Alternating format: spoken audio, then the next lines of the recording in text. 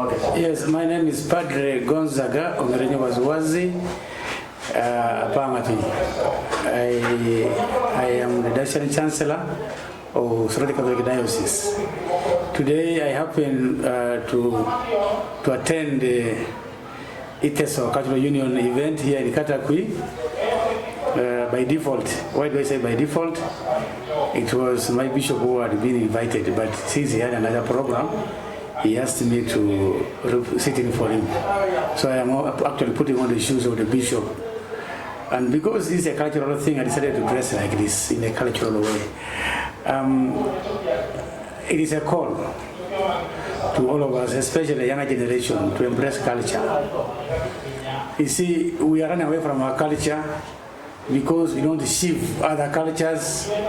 We tend to think that our African cultures are mediocre, and then maybe the Western culture is superior. There is no culture which is better than the other, provided you have grown up from your culture. You grow up from it, you embrace it. What is important is that you use a sieve to see what you think is good in the culture, you make it part and parcel of it.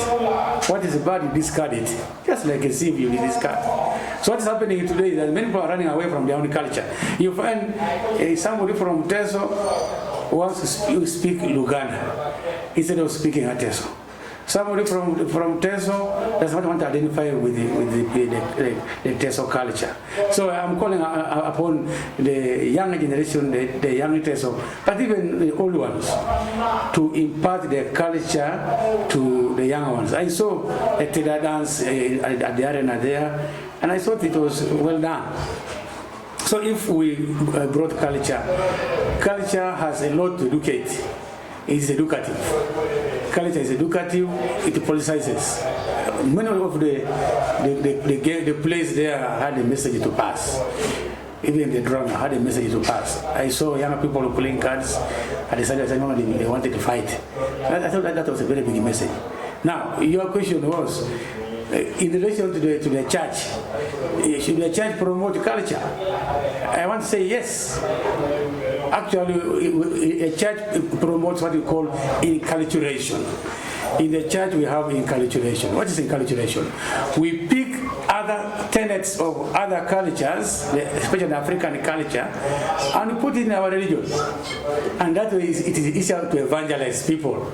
When you know their culture, when you know the people's language, when you know the people's culture, it is easier to penetrate them.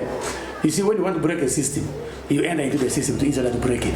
But you can't break a system from outside. So even if there are certain things in the culture that need to be broken, it means first you must first learn the culture, go into it, then break from inside. So the religion itself, Christianity, is also the culture of the Jews. It is a Jewish culture, which eventually was incorporated into liturgy, and today we are proud that we have our culture, Roman culture, I don't know, English culture for those who subscribe to Anglican Church. But these are also cultures which have been, over years have been shifted. They have been cleaned, and they have some morals to teach us. And actually, in the culture, traditional cultures, they imparted a lot of morals to people. But the way they were imparting morals, they had either riddles or proverbs or stories, the do's and don'ts. For example, in Teso here, they will tell you that a small child should not sit on a grinding stone. What was it? If you sit on a grinding stone, your mother will die. But his children don't have funds. So after their business, sitting on the grinding stone would mean that they will leave part of the remnants of the excreta. So the best way to tell them is, don't do this. But with the child, if you say don't do that, the child will actually do it. So they would always find a way of dodging the issue but passing the message. Don't carry a motor. Because they know that children are playful. When they carry a motor, they will play, it might fall on their legs. But they say, if you carry a motor, your mother will develop breast from the back. And we all love our mothers. You don't want your mother to have breast from the back. So there's a way culture was doing things passing a lot of information. I said culture is educative.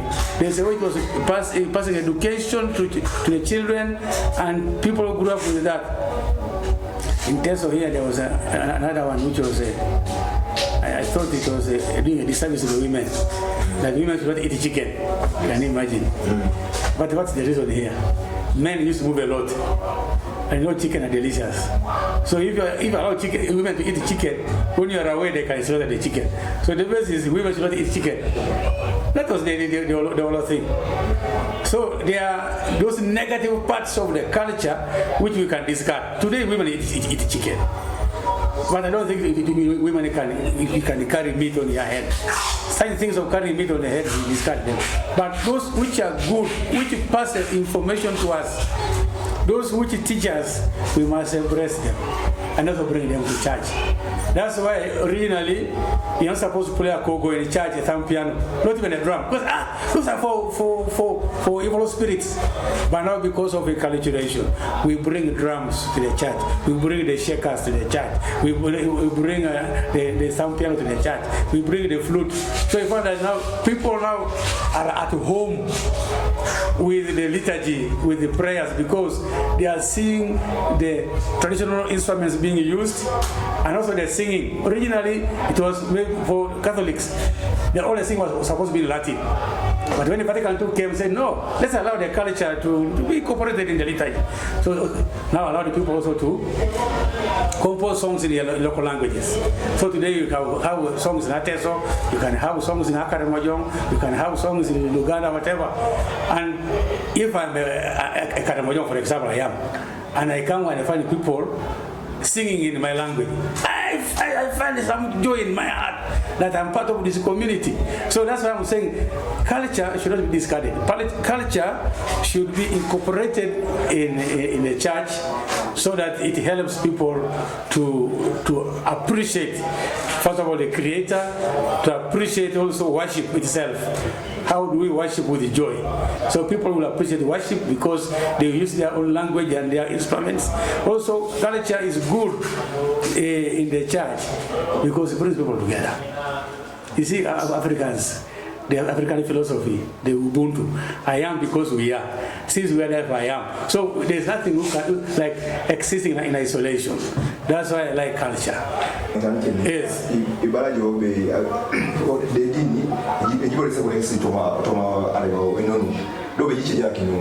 doesn't bring a contradiction. There's no contradiction.